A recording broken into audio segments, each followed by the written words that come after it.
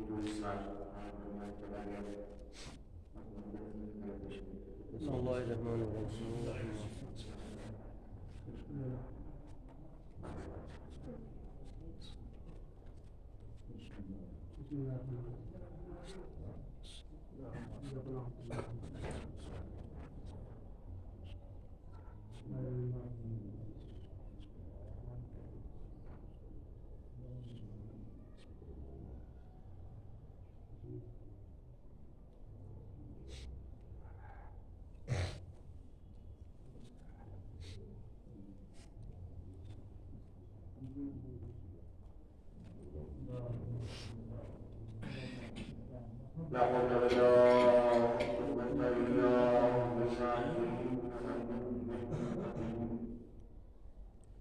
أعوذ بالله السميع العليم من الشيطان اللعين الرجيم.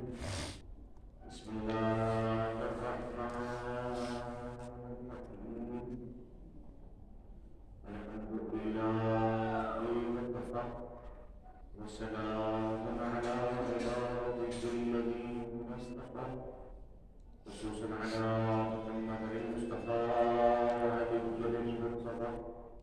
والفاطمة الزهراء والحسن المجتبى والحسين الشهيد البربراء وآله النصرة الذين أعطى الله رحمة الرجس وطهرهم تطهيرا.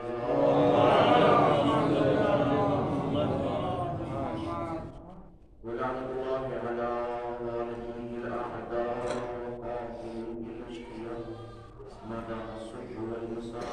أما بعد فقد قال الله تبارك وتعالى في محكم كتابه العلى والقرآن الهدى. بسم الله الرحمن الرحيم. لقد كان لكم في رسول الله أسوة حسنة. صدق الله.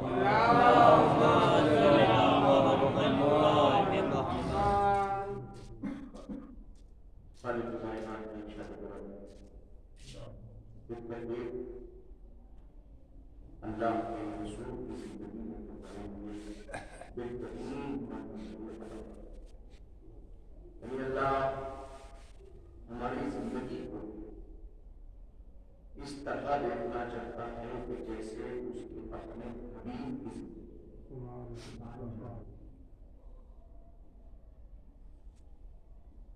ہم اپنی زندگی کو اپنے مزاج کے اعتبار سے نہیں جی سکتے چونکہ ہم آنے میں بھی محتاج ہیں اور جانے میں بھی محتاج ہیں. نہ ہمارا آنا ہمارے ہاتھ میں ہے نہ جانا ہمارے ہاتھ میں. اس نے جب بھیج دیا وہ جس دن چاہے بلا لے نہ چاہے تب بھی جانا پڑے. ناممکن تو ابتدا میں بھی اجبار انتہا میں بھی اجبار. شروع میں بھی مجبوری آخر میں بھی مجبوری. تو درمیان میں جو آپ کو اختیار دیا ہے یہ اختیار اس لیے نہیں دیا کہ آپ جیسے چاہیں. اللہ نے درمیان میں اختیار دے کے آپ کو آزمایا. اگر ذہن میں ہو اپنی گفتگو سے مربوط کرنا ہے جو میں بھی شام میں کر رہا تھا.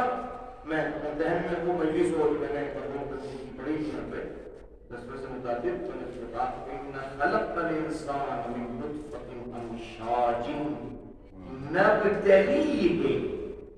یہ تمام کیفیتیں پوری زندگی کی ذریعے ہیں تاکہ وہ ہمیں آزمائے. تو یہ درمیانی جو مرحلہ ہے یہ آزمائش کا مرحلہ ہے. اور آزمائش یہ ہے کہ یہ تم اپنی مرضی سے گزارنا چاہتے ہو یا ویسی گزارنا چاہتے ہو جیسے ہم چاہتے ہیں. پروردگار ہم کیسے اپنی زندگی گزاریں تو آگے بول رہا ہے جیسے ہم چاہتے ہیں. تو پروردگار تو کیسے چاہتا ہے تو بتا تو کیسے چاہتا ہے. تو اس کے کمال کی مجبوری ہے کہ وہ ہمارے درمیان آ نہیں سکتا. یہ مجبوری، یہ لفظ جو ہے یہ گستاخی ہے، ذات پروردگار کے لیے بھی گستاخی ہے اور ذات اہل بیت کے لیے بھی گستاخی ہے. مگر کیا کریں کہ کچھ الفاظ کے بغیر ہم اپنے مطالب کو اور مفاہیم کو ایک دوسرے تک نہیں پہنچا سکتے، تو اس لیے مجبوراً ہمیں اس لفظ کا استعمال کرنا پڑا کہ اس کے کمال کی مجبوری ہے کہ وہ ہم میں نہیں آ سکتا، اس لیے کہ وہ ہم میں آ جائے تو وہ نہ لے، ہمیں بلا لے تو وہاں سے جانے والا کون ہے جو پلٹ کے آگے بتائے کہ وہ چاہتا کیا ہے. توجہ فرمائیے، یہی سے فرق سمجھ میں آتا ہے. وہ بلاتا سب کو ہے مگر جو جا کے نہ آئے وہ امت ہوتی ہے، جو جا کے چلا آئے وہ امت ہوتی ہے. صحابہ پڑھ لیجیے محمد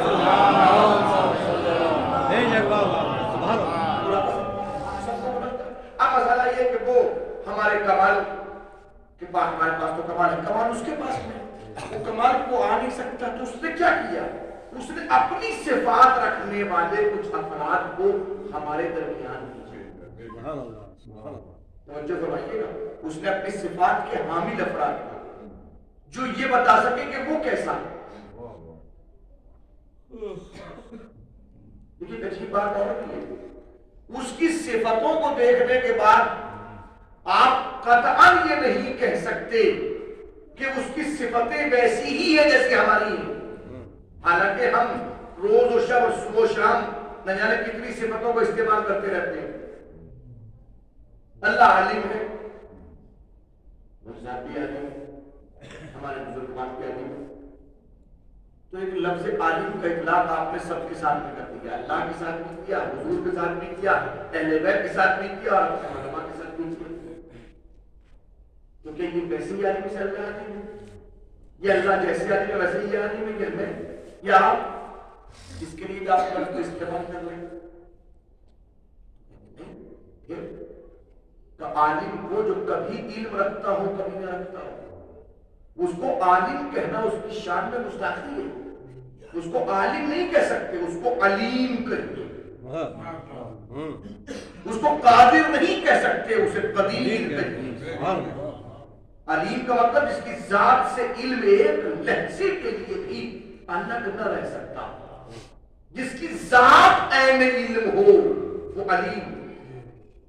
تو وہ تو ہے ان صفات کا مالک، جو اسے بتانے کے لیے آئیں گے ضروری ہے کہ وہ بھی اسی صفات کے حامل ہوں. اس لیے اگر ان کے پاس وہ صفتیں نہیں ہیں تو بتائیں گے کیسے کہ وہ کیسا ہے. اب پھر پریشانی وہ آ جاتی ہے کہ اس کو سکھانے کے لیے، اس کو بتانے کے لیے، اس کو سمجھانے کے لیے اس نے رکھا تو حضور کو رکھا، اور اب حضور کو سمجھنے کے لیے تو مسئلہ پھر وہی، صفتیں تو وہی ہے نا. اب میں گفتگو کو آغاز کر رہا ہوں اور دیکھیں وقت ہاں گفتگو کو مربوط کروں گا، اس کو ملاحظہ فرمائیں گے آپ حضرات، توجہ کریں گے.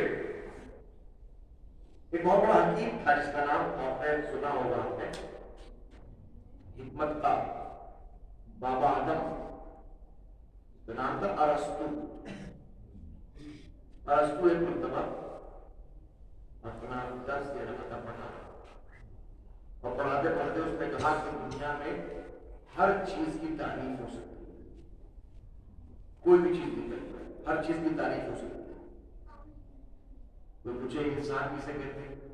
میں انسان الانسان ما یترکب من الخطأ والنسیان، جو بھول چوک سے مل کے بنے اسے انسان کہتے ہیں. تعریف ہوتی، ڈیفینیشن سامنے آ رہی، فرق ہو گیا. انسان کسے کہتے ہیں؟ جو مجھے حیوان کسے کہتے ہیں؟ وہ جسم نامی حساس متحرک بالارادہ، وہ ایسا جسم ہے کہ جس میں نمو پایا جاتا ہے، جو بڑھتا ہے، جو اپنے ارادے سے حرکت کرے، وہ حیوان ہے. تعریف ہو گئی. ہر چیز کی تعریف ہو سکتی ہے لیکن ایک چیز ایسی کی کوئی تعریف نہیں کر سکتا. تو ظاہر کلاس میں ہر طرح کی طلاب کرتے ہیں، تو ایک طالب نے پوچھا استاد وہ کیا ہے اس کی کوئی تعریف نہیں ہو سکتی؟ تو اس میں وہ ہے عدد، گنتی. کوئی پوچھے ایک کسے کہتے ہیں کوئی بتا ہی نہیں سکتا. کوئی پوچھے دو کسے کہتے ہیں تو کوئی بتا نہیں سکتا. کوئی تین کسے کہتے ہیں تو کوئی سمجھا نہیں سکتا. عدد کی کوئی تعریف نہیں ہو سکتی. ہر چیز کی ہو سکتی ہے. تو جب اس نے سن لیا استاد نے دو باتیں کہیں. پہلی بات کہ ہر چیز کی تعریف ہو سکتی ہے. دوسری بات عدد کی تعریف نہیں ہو سکتی. تو اسی طالب علم میں کھڑے ہو جاؤ استاد من واحد.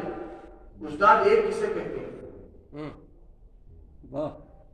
توجہ فوراً پوچھو استاد ایک کسے کہتے ہیں؟ اب استاد تو استاد ہے.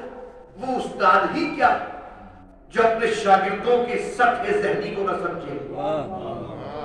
اسے استاد رہنے کا حق بھی نہیں ہے. تو جیسے اس نے پوچھا استاد من واحد ایک کسے کہتے ہیں؟ مسکرایا, دیکھا, سب سے پہلے دیکھ فوراً کا الواحد ہوا نصف الاثنین, دو کے آدھے کو ایک کہتے ہیں.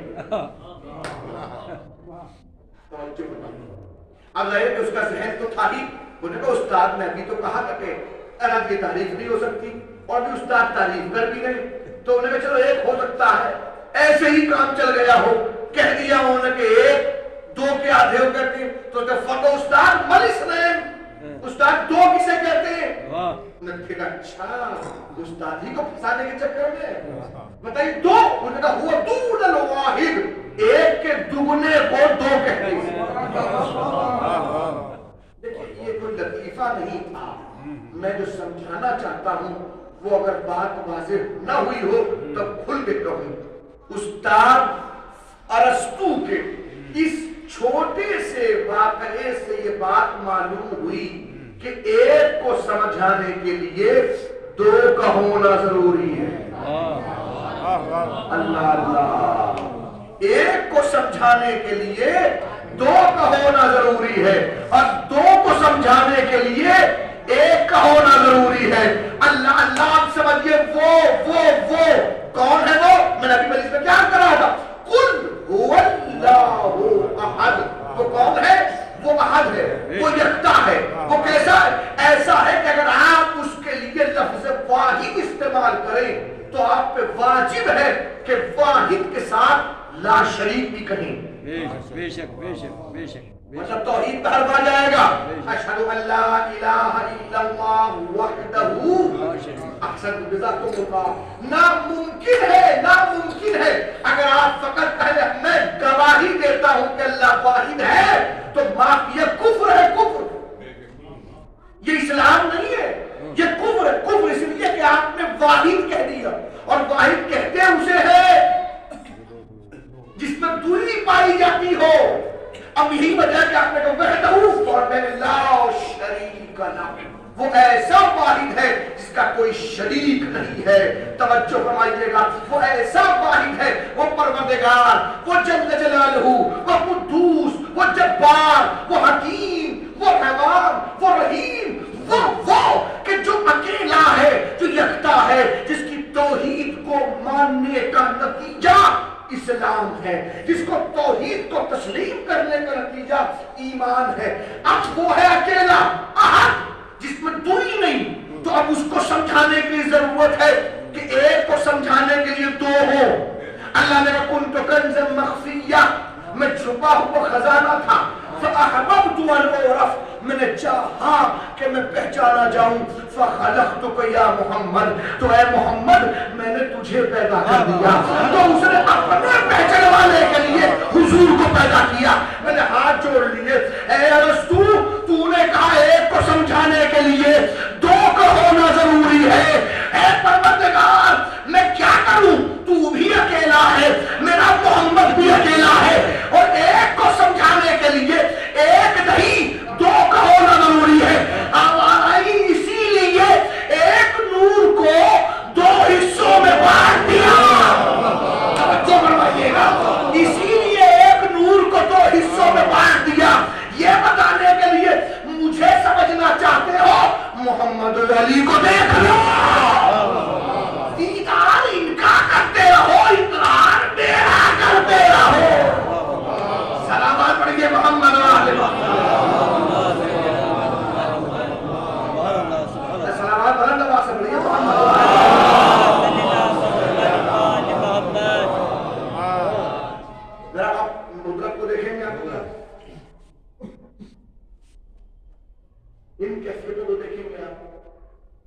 ذات واجب اللہ سبحانہ تبارک و تعالی، اس کو سمجھنے کے لیے دو، ایک منہ پہ دو حصے، اب مسئلہ بھی وہی پڑ گیا کہ ان دو کو سمجھنے کے لیے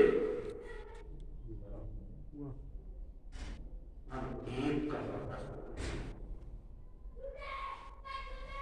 کوئی ایک ہو جو ان دو کو سمجھائے، کوئی ایک ہو جو ان دو کو سمجھائے، ان دو کو تلاش کرو کون ہے کہ جو محمد و علی کو سمجھائے۔ شرط ہے کہ وہ واحد ہو، ایسا واحد کہ لا شریک، ایسی یکتا کہ کوئی دوسرا نہ ہو، بس ایک۔ تو تلاش کرے کوئی ایسی جگہ جہاں دونوں بیک وقت موجود ہو۔ میں شام کی گفتگو سے متصل ہو رہا ہوں، ایک چادر کا گھر ہے، اس میں محمد بھی ہے، اس میں علی بھی ہے، توجہ فرمائیے گا، اس میں محمد بھی ہے، اس میں علی بھی ہے۔ اور جب دونوں کی تعارف کا مسئلہ ہوا تو جبرائیل نے پوچھا یا رب ومن تحت الکساء، پروردگار چادر میں کون ہے؟ کون تھے؟ یا محمد یا علی؟ اب دو کو پہچاننے کے لیے کسی ایک کا ہونا ضروری ہے۔ علیہم فاطمہ وابوہا وبعدہا وبعدہا۔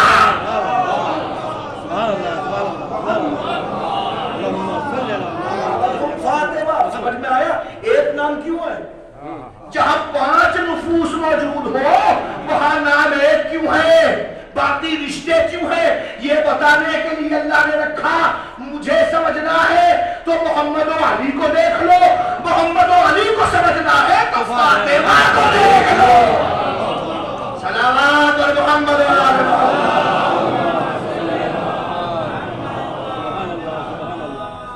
علی ہوئی محسوس کیا آپ نے؟ اب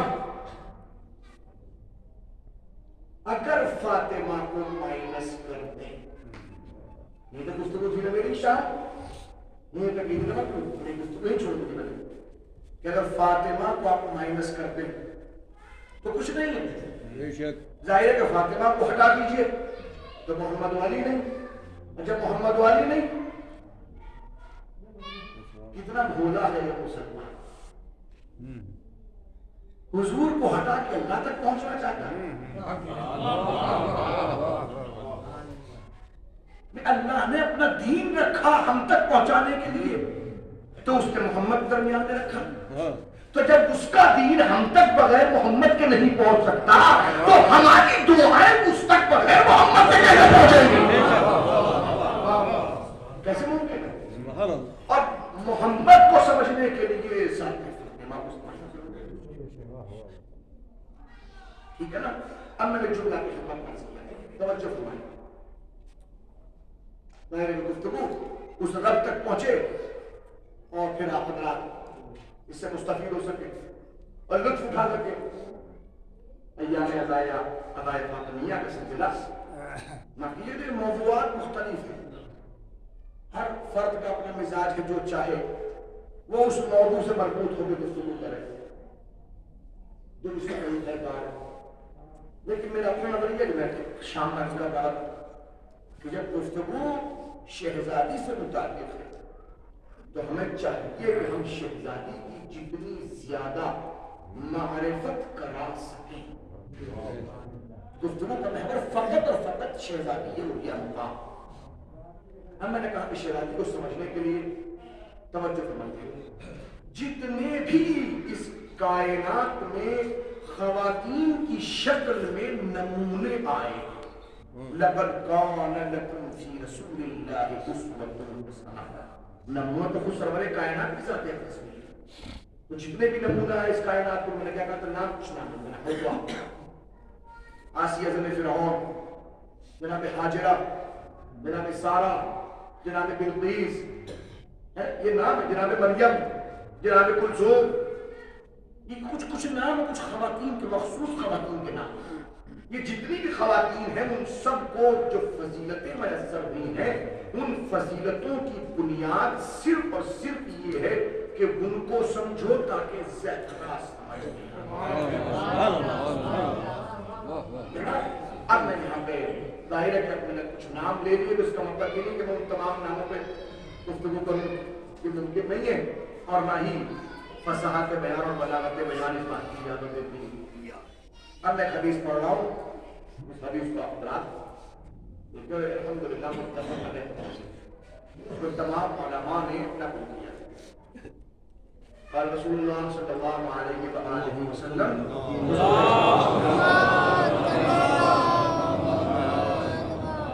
حضور کا ارشاد ہے اربع نسوة سیدۃ من سادات عالمہن، چار عورتیں ایسی ہیں کہ جن کو اللہ نے عالمین کی عورتوں کی سردار بنایا ہے۔ کتنی؟ چار۔ آسیہ بنت مزاحم پہلے نمبر پہ، مزاحم کی بیٹی آسیہ، اور تلفظ ٹھیک رکھیے گا، آسیہ، کچھ اور نہ کیجیے، آسیہ مزاحم کی بیٹی، فرعون کی بیوی آسیہ۔ دوسری منزل کے اوپر مریم بنت عمران، تیسری منزل کے اوپر خدیجہ بنت خویلد، اور چوتھی منزل کے اوپر فاطمہ بنت محمد۔ اللہم صلی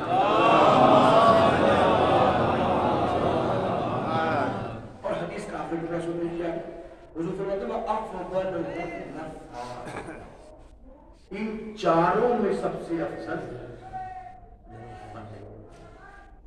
سب سے افضل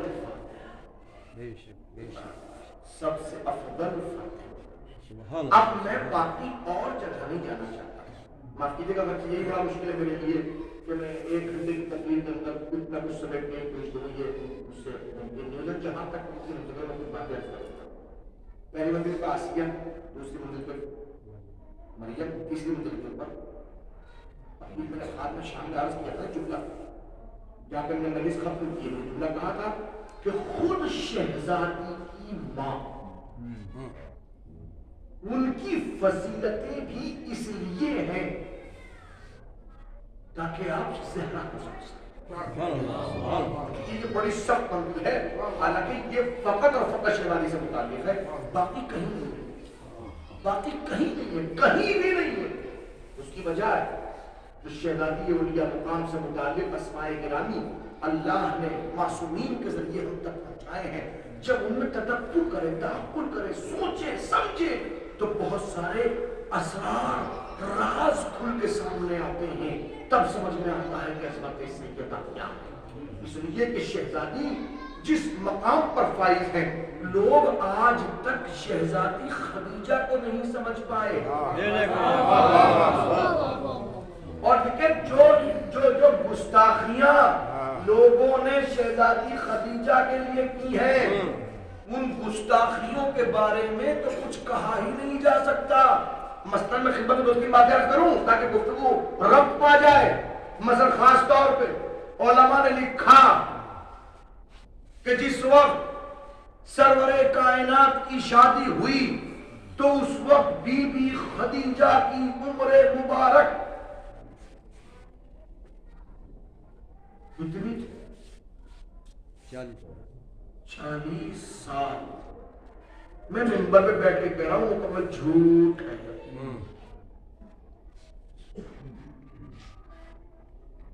جھوٹ ہے، جھوٹ ہے۔ ہوا میں تیر پھینکنے کا کام اپنے پاس میں نہیں کرتا، ثبوت نہ ہو تو پھر منبر پہ آنے کا فائدہ ہی کیا ہے؟ واہ واہ، سبحان اللہ، بہت اچھی بات۔ پہلی تو عقلی دلیل دے دوں آپ کو، عقلی دلیل سن لیجیے آپ پہلے، اور عقلی دلیل کا پیش خیمہ بھی قرآن ہے۔ عقلی دلیل کا منظر بیک گراؤنڈ قرآن ہے، توجہ فرمائیں گا، سنیے۔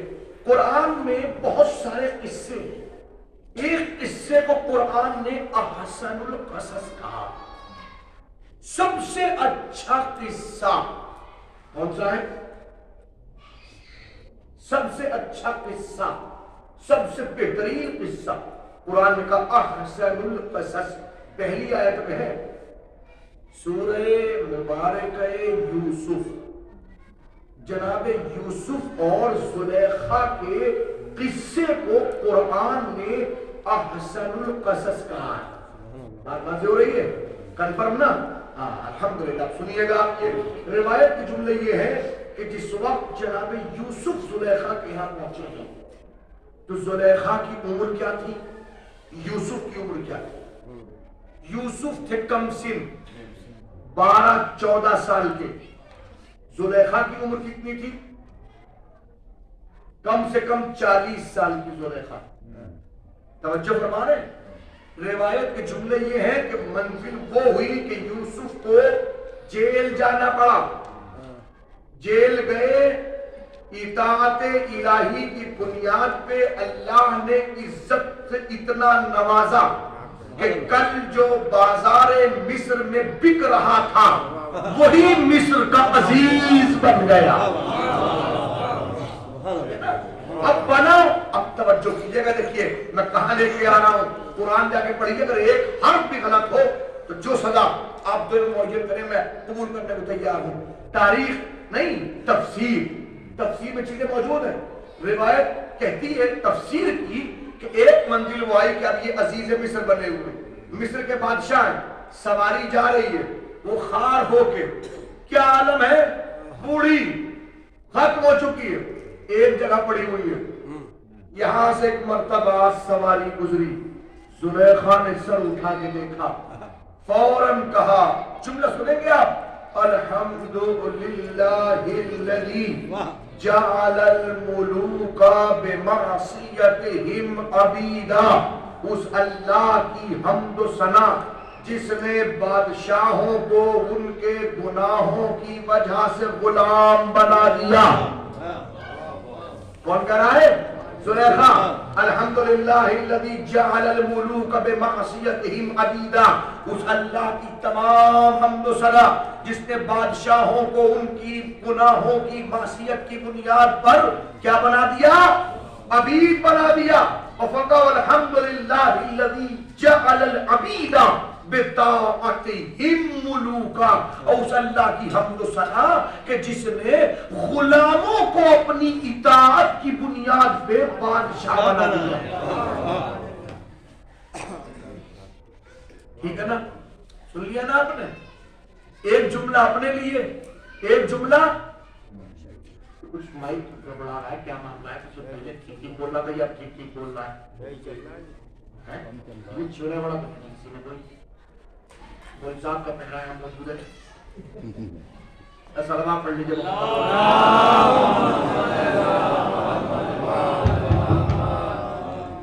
یہ گڑبڑا رہا ہے۔ اللہ نے بادشاہوں کو گناہوں کی وجہ سے غلام بنا دیا، غلاموں کو اطاعت کی بنیاد پر بادشاہ بنا دیا۔ کنفرم؟ اب جیسے جملے یوسف کے کان میں پڑے، سواری کو روک لیا۔ یہ ہے کون جس کو اتنی گہری باتوں کا پتہ ہے؟ ہر کوئی تو ایسا ہے نہیں، پر کس کی مجال ہے؟ آج فرض کیجئے کسی غریب گھر کا بچہ ڈی ایم بن جائے اور ڈی ایم صاحب کی سواری کوئی کرے، جناب دیکھیے ایک یوں تھے اور آج ڈی ایم، ہمت ہے کسی کی؟ پروٹوکول کے خلاف ہے، کوئی بول نہیں سکتا، منصبدار کے سامنے اس طرح کے الفاظ ادا کرنا گناہ ہے۔ رک گئے، مگر چونکہ بات تھی حقیقت پر مبنی تو فون کا تم کون ہو، کون ہو، یہ باتیں کیسی جانتی ہو؟ تو نے فون کہا یوسف بھول گئے، یوسف بھول گئے، میں ہوں زلیخا۔ اب مسکرائے، اچھا تم ہو، ہاں میں۔ فون کا اچھا ہی بتاؤ ہم پہ فریفتہ کیوں تھی، ہم پہ فریفتہ کیوں ہوئی تھی؟ وَقَبِ حُسْنِ وَجْهِكَ، آپ کے چہرے کی خوبصورتی نے فریفتہ کر دیا تھا۔ جملہ کہاں؟ تفسیر توجہ فرما لیں آپ۔ بے حسن وجہ، آپ کے چہرے کی خوبصورتی نے فریفتہ کر دیا تھا. فوراً کہا کاش تم آخری زمانے میں ہوتی. سبحان اللہ سبحان اللہ سبحان اللہ. کاش تم آخری زمانے میں ہوتی اور میرے مولا و آقا سید و سردار میرے نبی آخر کو دیکھ لیتی. تمہارا کیا حال ہوتا؟ جیسے جملے یوسف نے کہے فوراً روایت کے جملے ہیں، تڑپ کے جواب دیا زلیخا نے، صدقت یا یوسف، اے یوسف تو صحیح کہہ رہا ہے. سبحان اللہ سبحان اللہ. اے یوسف تو صحیح کہہ رہا ہے. اب یہ تعجب میں فوراً کہا میں سچ کہہ رہا ہوں تو تم تصدیق کیسے کر رہی ہو؟ تمہیں تصدیق کا حق کیسے ملا؟ تصدیق کیسے کی؟ اب تفسیر کیا کہتی ہے؟ تفسیر کہتی ہے کہ مرتبہ زلیخا نے کہا یوسف جب آپ نے اپنے سردار اور سید کا نام اپنی زبان سے لیا اور میں نے سنا تو مجھے وہ لفظ اتنا اچھا لگا کہ میرے دل میں ان کی محبت آ گئی. سبحان اللہ سبحان اللہ سبحان اللہ. کاش سمجھے، میرے دل میں ان کی محبت آ گئی. جیسے ہی جملے زلیخا نے کہے جبرائیل آئے اور آنے کے بعد کہا یوسف یہ صحیح کہہ رہی ہے، یہ صحیح کہہ رہی ہے، اور دیکھو اب ہمیں اس کا انعام دینا ہے. انعام کیا دینا ہے؟ انعام دینا ہے چونکہ اس نے میرے حبیب سے محبت کی ہے. توجہ نہیں فرمائی آپ نے؟ چونکہ اس نے میرے حبیب سے محبت کی ہے لہذا اس کا انعام یہ ہے کہ یوسف اب اس سے عہد کرو. اب اس سے دیکھیں میں لے آیا اپنی جگہ کے اوپر، دلیل اپنی سن لیجیے آپ. اب اس سے عہد کرو. اب اللہ کا حکم ہے، ٹھیک ہے پروردگار. تو ظاہر ہے کہ جب ان کی عمر 12 سال کی اس کی 40 تھی، تو جب ان کی عمر اتنی تو اس کی کتنی ہوگی، ہے نا؟ تو اب والے ٹھیک ہے پروردگار. جب انہوں نے کہا ٹھیک ہے پروردگار سے پڑھ کہا اچھا ایک کام کرو اپنی ابا کو اس کے اوپر ڈالو. سبحان اللہ سبحان اللہ سبحان اللہ. اپنی ابا کو اس کے اوپر ڈالو. یوسف نے ابا کو زلیخا پہ ڈالا، کہا ہٹاؤ. اب جو ہٹی تو زلیخا وہ نہیں تھی جو تھی. توجہ نہیں فرمائی آپ نے؟ ہوا کیا؟ اب زلیخا کی جوانی پلٹ گئی.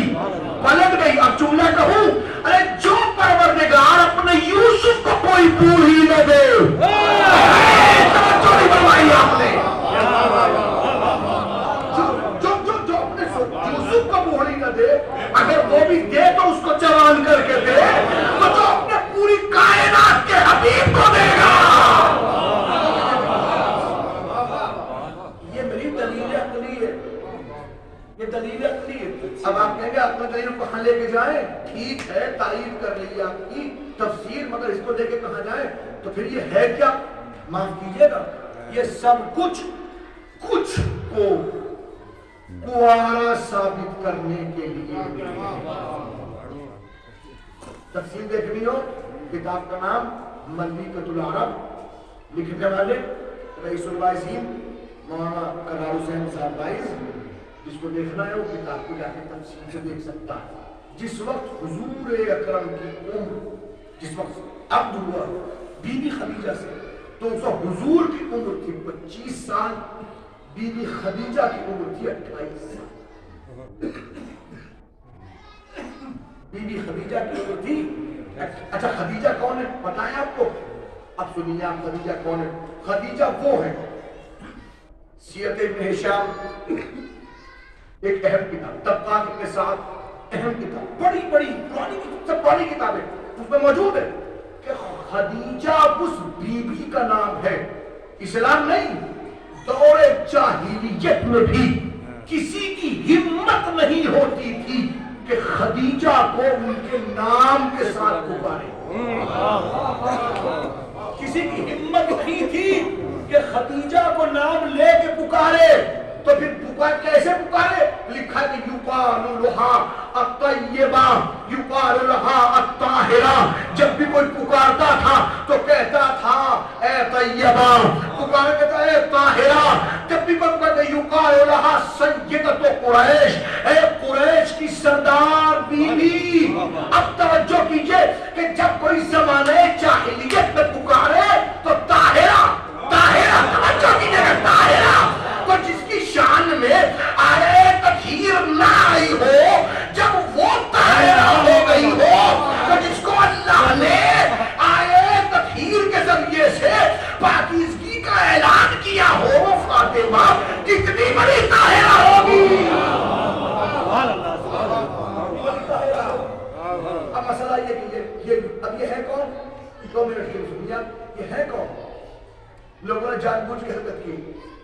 معاف کیجیے اگر وقت یہاں نہیں ہے رک جائے تو میں اس کے لیے پہلے ماننا چاہتا ہوں. یہ کون ہے؟ یہ جان بوجھ کے لوگوں نے کچھ بیویوں کو وجہ کیا؟ اب آپ دیکھیے مسلمانوں کے پاس جائیں کیا اور جا کے کہیے ام المومنین نے فرمایا، نام نہ لیجیے گا،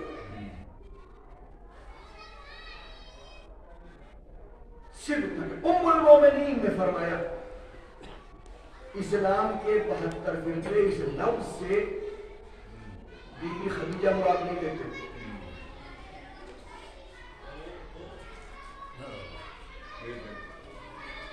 کوئی لیتا اور بتائیے مجھے. ام المومنین کوئی اور ہے تو بھائی وہ ام المومنین کیوں ہے؟ جن کو آپ ام المومنین کہتے ہیں وہ کیوں ہے؟ چونکہ نبی کی بیوی ہے اس لیے. کوئی مومن پیدا بھی ہوا ہے؟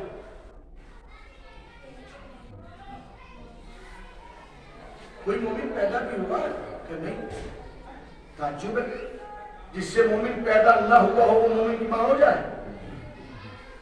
اب آپ ممکن ہے کہیں گے جناب یہ ممبر کے خلاف میں نہیں کہہ رہا ہوں، میں کیا کروں گا، جملے وہی دہرا ہوں جو کتاب میں لکھے ہیں. روایت کے جملے ہیں کہ جب بھی سرور کائنات گھر میں داخل ہوتے تھے، جب بھی آتے تھے تو ذکر خدیجہ کرتے ہوئے آتے تھے، جب جاتے تھے ذکر خدیجہ کرتے ہوئے جاتے تھے، جب کبھی جانور کو ذبح کرتے تھے تو خصوصیت کے ساتھ خدیجہ کی سہیلیوں تک گوشت پہنچایا کرتے تھے. یہ رسول کا طریقہ تھا. تو ایک بیوی کو رسول کا یہ طریقہ پسند نہ آیا اور اس نے ایک مرتبہ اس غیرت کی بنیاد پر جو عورتوں میں خصوصیت کے ساتھ پائی جاتی ہے اس سے متاثر ہو کے کہا ما کانت الا عجوزا. وہ تھی کیا؟ ایک بوڑھی عورت تھی.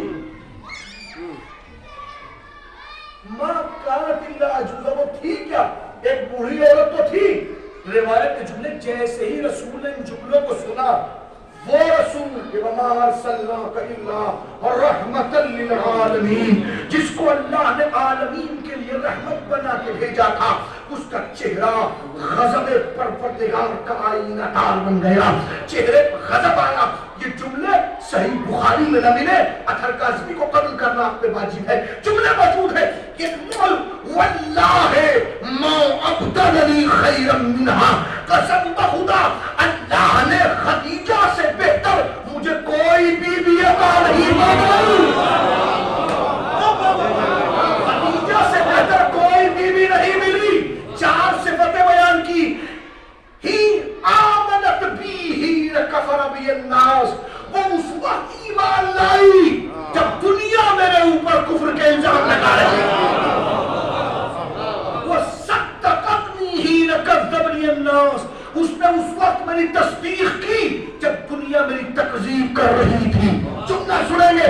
تیسرا جملہ اللہ نے مجھے خدیجہ سے اولاد دی، باقی سب سے محروم کر دیا. چوتھی منزل فرمایا اللہ نے مجھے مال خدیجہ سے غنی فرمایا، جبکہ لوگ دینے سے بھی کترا رہے تھے. اب تو سمجھو اسلام سے مال لے کے غنی بننے والے اور ہیں، اسلام کو کھلا کے غنی بننے والی خدیجہ ہے. سلام محمد.